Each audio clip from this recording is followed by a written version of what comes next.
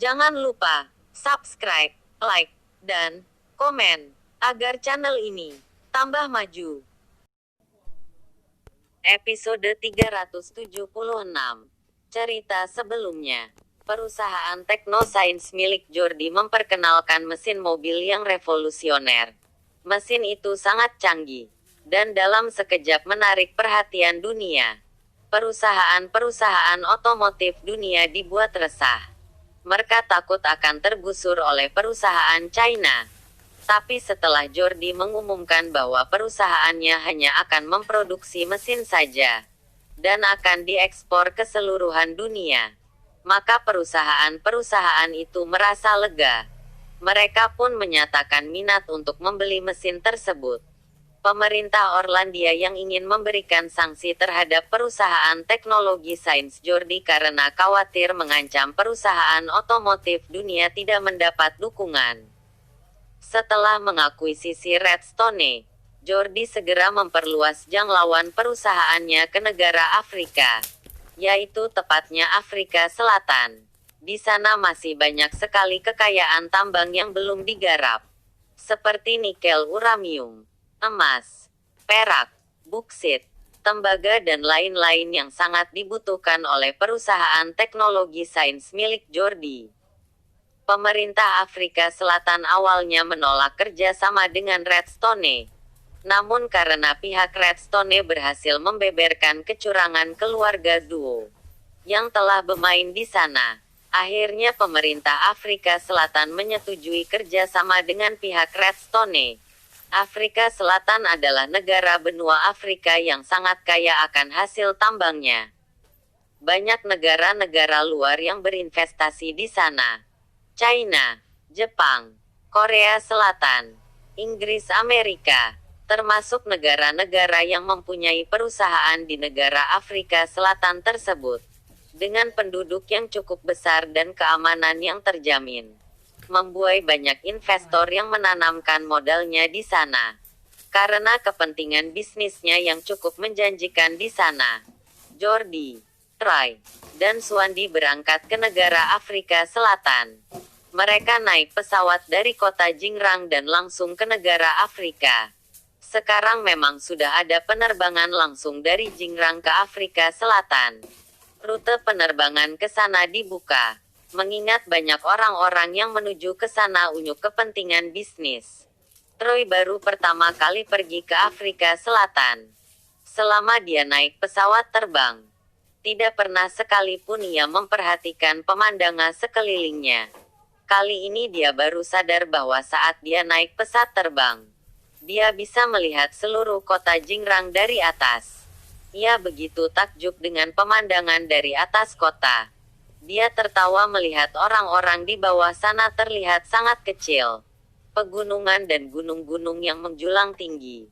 Sungai-sungai yang melik-liuk bagaikan ular naga. Dia menyadari bahwa dia sangat kecil. Perjalanan dari Jongrang ke Afrika Selatan jangan jauh. Membutuhkan waktu sekitar 12 jam. Jordi merebahkan kepala di sandaran tempat duduk. Dan langsung tertidur pulas. Negara Afrika terkenal dengan suhunya yang panas. Saat tiba di sana, mereka sudah merasakan sengatan panas matahari yang sangat. Meski di pagi hari pun cuaca sudah terasa panas. Untungnya mereka bertiga memang mempunyai fisik yang tangguh. Karena mereka memang digembleng dengan latihan-latihan seni bela diri yang tangguh. Saat sampai di bandara, Merek sudah ada yang menjemput. Wina, seorang gadis cantik, usia sekitar 22-an. Menguasai berbagai bahasa internasional, termasuk bahasa-bahasa di Afrika. Dia menjabat sebagai penanggung jawab dan manajer perusahaan Redstone. Bertubuh tinggi dan mempunyai bentuk tubuh yang bagus. Membuat semua lelaki yang memandangnya terpesona. Tapi belum ada satupun lelaki yang mendekat. Karean Wina mempunyai karakter yang sangat kuat. Dia datang menjemput Jordi dan dua temannya. Winda membawa pengawal hanya satu orang.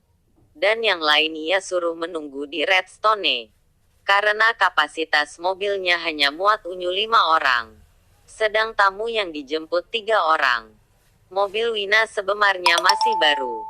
Tapi karena lingkungan di Afrika Selatan sangat berdebu, maka mobilnya terlihat sangat kotor.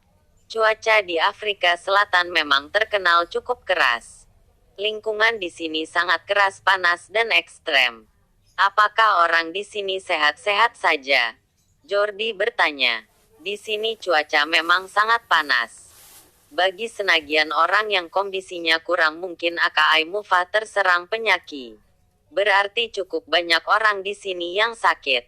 Nagus juga kalau kita membuka usaha rumah sakit di sini, ujar Troy.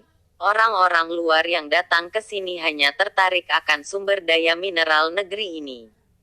Mereka tidak terlalu memikirkan soal kesehatan. Dan juga mereka tidak ada niat untuk menetap. Mereka berbincang dengan santai, tanpa ada rasa canggung satu sama lain. Karena memang antara pemegang saham dan karyawan selalu terjalin hubungan yang hangat. Berarti memang bisa menghasilkan uang. Troy berkata lagi. Kalau begitu kau bisa menetap dan membangun rumah sakit di sini, kata Swandi mengejek. Troy hanya bisa tersenyum. Mereka pun akhirnya masuk ke dalam mobil. Karena mereka merasakan udara yang semakin panas. Mereka berlima berkendara dengan disopiri oleh pengawal Wina. Mereka berencana pergi ke provinsi Santong, kota Sabura.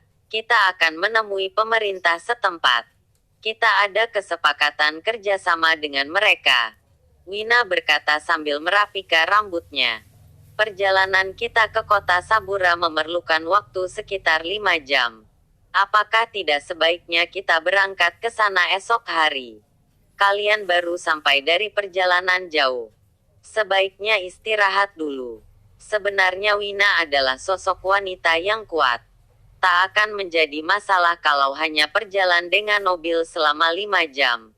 Tapi Wina merasa khawatir dengan Jordi dan 2 rekannya. Karena mereka habis melakukan perjalanan jauh. Kita langsung ke sana sekarang, kata Jordi. Mantap. Baik Tuan Jordi. Wina menjawab tanpa ragu. Wina memerintahkan Hazel, pengawal pribadinya, untuk langsung ke kota Sabura. Hazel adalah pengawal andalan Wina. Walaupun perjalanan ke kota Sabura melalui jalan yang kurang bagus. Tapi karena Sabura sudah berpengalaman dan mengeri medan, itu bukan masalah buat dia.